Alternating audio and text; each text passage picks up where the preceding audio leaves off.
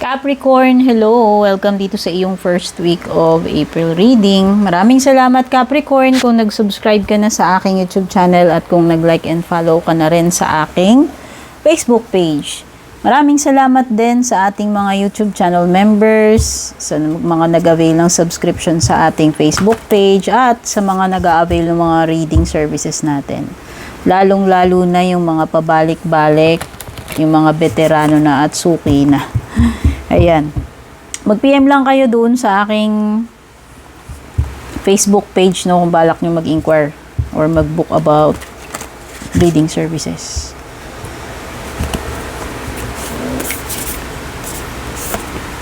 Nothing is wasted. Ayan, lumalabas to kaya kinuha ko na Bumubungad siya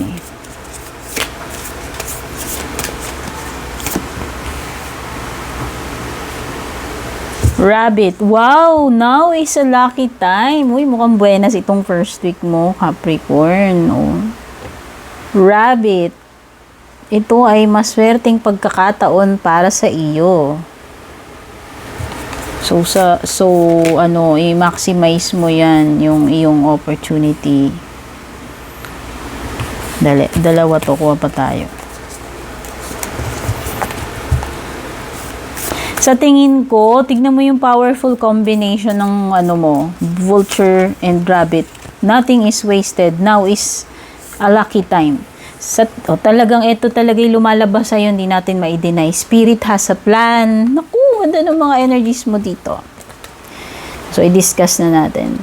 Walang masasayang na effort para sa'yo. Ngayong first week Capricorn, maliwanag na maliwanag. Ayan this is your lucky break.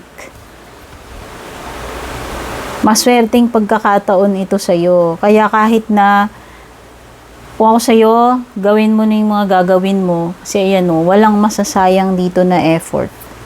Maaaring swertihin ka pa rin. Ayan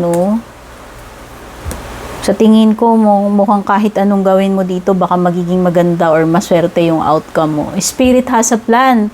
Mukhang ito ay nakatakda para sa iyo Ayan planado ni universe ito.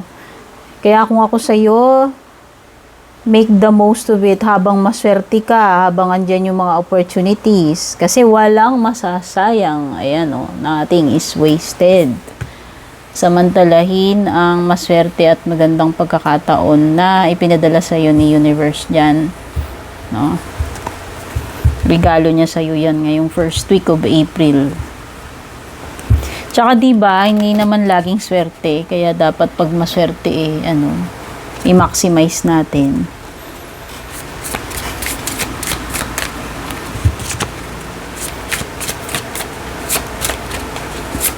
Kumbaga, bilog si Wheel of Fortune May time na okay, may time na hindi. So, yan yun. Etong first week, ikaw ay nasa taas ng Wheel of Fortune. Okay, may fire sign dito, Aries, Leo, Sagittarius, at saka Cancer, Scorpio, Pisces.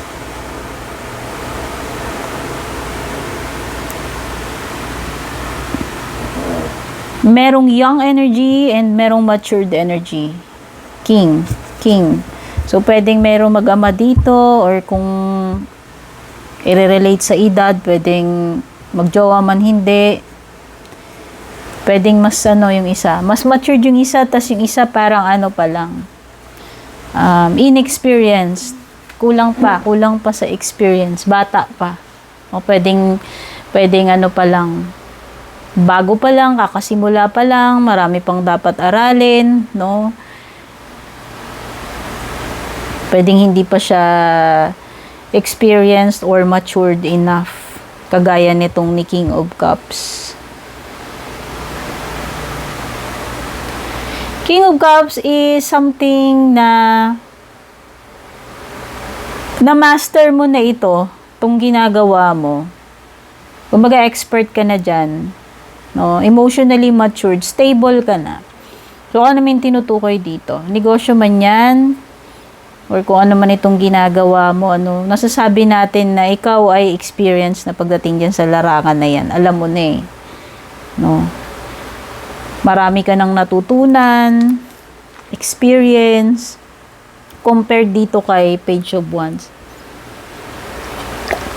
Kasi dito si Page of Wands, kung ikaw yan, parang nakikurious ka about something, very excited ka na i-explore kung ano man yan, relationship man yan, career, negosyo, or personal na project, no?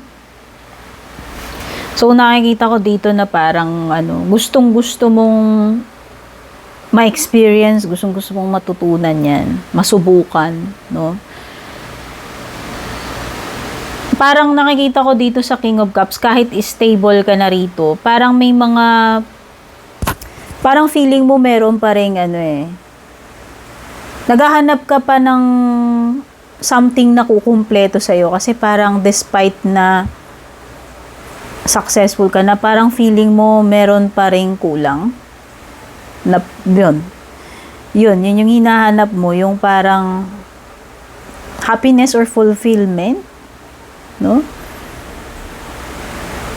Parang yun na lang yung quest mo, ito na lang yung kulang kumpleto na lahat, parang ganun. Hindi ko alam kung ano yan tinutukoy dyan.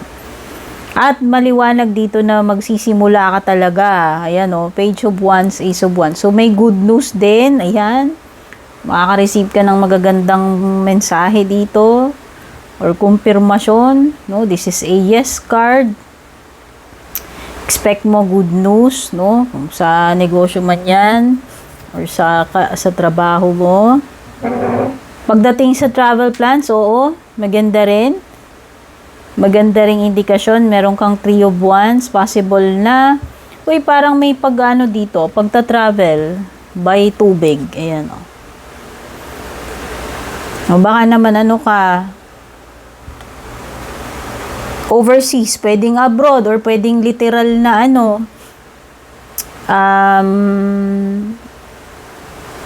sa barko ka o yate, no? O baka sailor ka, no? Kung ano man yung trabaho mo, basta parang related sa tubig or merong travel by tubig or pagpunta ng abroad, malayong lugar.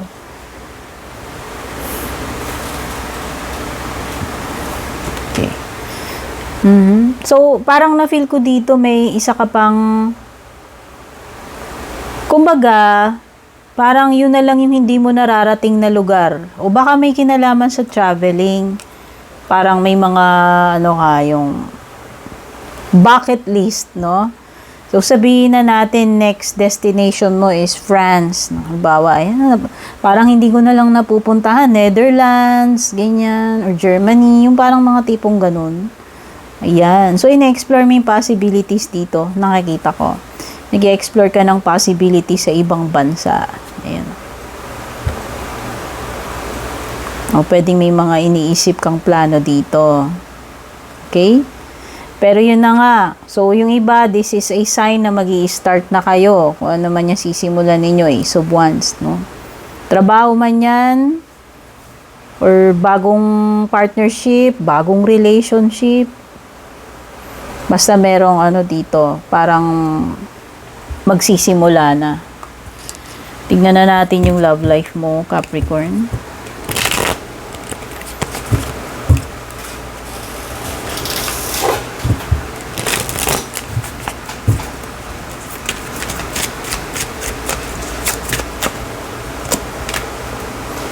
Amazing thinking of you.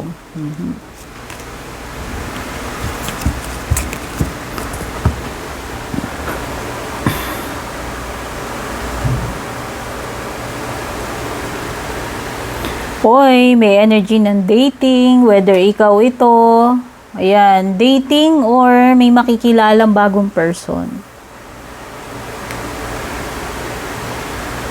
O baka may nakakamiss sa'yo or meron ka ba namimiss? Namimiss mo ba tong person mo? Past person ba yung namimiss mo? Someone na nagpipretend,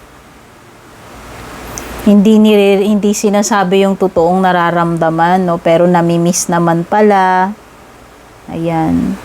So, hindi ko alam kung ex mo to.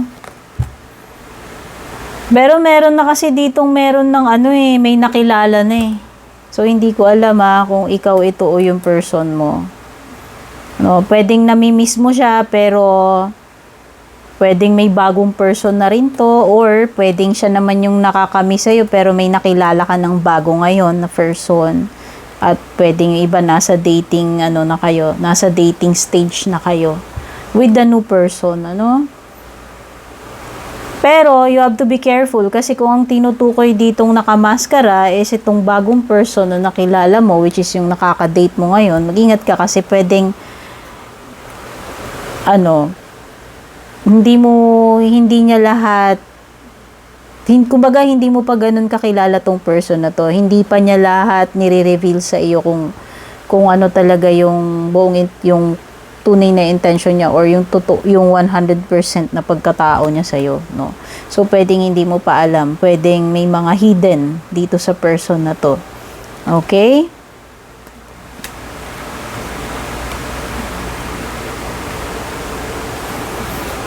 Tingnan na natin yung closing message for you, Capricorn.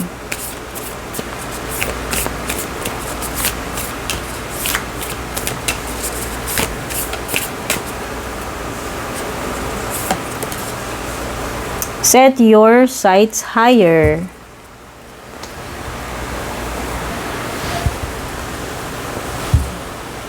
Etong Stargazer card na ito is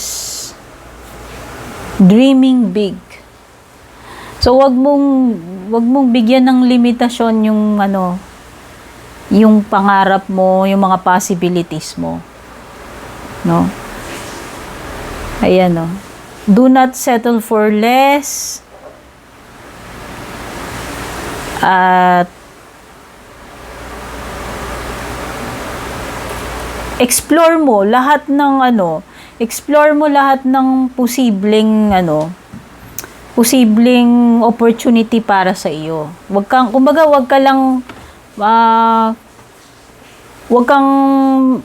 magi-stick sa isang sa isang possibility, no? Dapat open ka pa sa ibang opportunity or possibility. Kasi maaaring hindi lang ito yung maging success mo, Capricorn, no? Maaaring may mas malalaki pang opportunity or mas magagandang opportunity na naghihintay sa iyo. No? Only kung parang magiging open-minded ka lang. No? So, ang napipil ko dito is mag-set ka ng